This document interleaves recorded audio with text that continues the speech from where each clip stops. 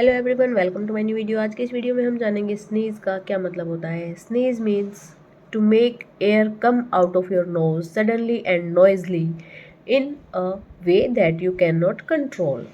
Means छींक मारना, जैसे कि जब आपकी नाक से एकदम से सडनली एयर बाहर आती है और वो भी आवाज़ के साथ, उसको हम कहते हैं छींक मारना, जो कि ठंड आदि के कारण हो सकता है।